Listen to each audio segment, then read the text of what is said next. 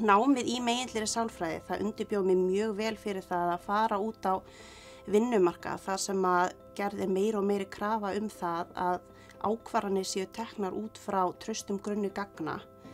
En í náminu þá lærði ég að nýta gögn og tölulegar upplýsingar til þess að svara mikilvægum spurningum en einnig að vera meðvituð þær forsendur og takmarkanir sem þær greiningar sem ég er að nýta hverju sinni hafa.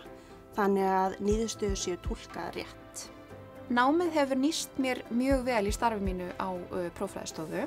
Ég hef líka þekkingu bæði á eiginlegum og meginlegum aðferðum sem að nota má til að leggja mat á gæði matstækja og þetta veitir mér svolítið sérstöðu vegna þess að það eru ekki margir á Íslandi sem að læra próffræði.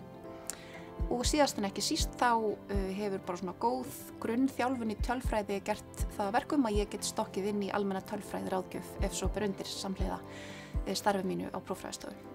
Í dag starfa ég svo sem sérfræðingur í viðskiptagrein hjá Orku náttúrunnar.